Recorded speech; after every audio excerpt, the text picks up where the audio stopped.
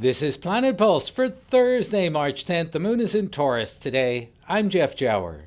And I'm Rick Levine. The Taurus moon reminds us to stay where we are, to be in our body, to allow the senses to do what the senses do best, and that is to perceive what's going on, take care of the senses, says the moon in Taurus, and everything else will take care of itself. Well, it's a good day to do that. It Not is. only do we have the moon in Taurus, that sensual sign, but Venus, Taurus's alluring, attractive, pleasure-seeking ruling planet, aligns harmoniously in a 60-degree angle we call a sextile with expansive, generous Jupiter. These are traditional astrology's two benefics.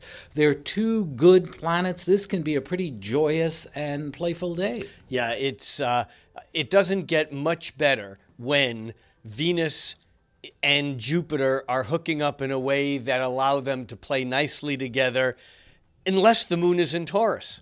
Oh, and it is. And so it really is kind of a wonderful opportunity. We do have one interesting thing that moves later in the day. The moon moves to square Neptune. And although Neptune is kind of on the same side of the spectrum, if you will, as Venus and Jupiter, because it's expansive and diffusive, it's almost like when the moon squares Neptune, we might go so far out on our limb of fantasy or imagination or dreams that we need to do something to pull ourselves back in. Yeah, well, the good news is that this happens so late in the day that we're unlikely to be dealing with the kind of practical matters, work-related or business issues that we can do well. You know, Venus and Jupiter today with that moon in Taurus are not just good for personal pleasure, but they're good for making assessments of people, the value of objects and things as well.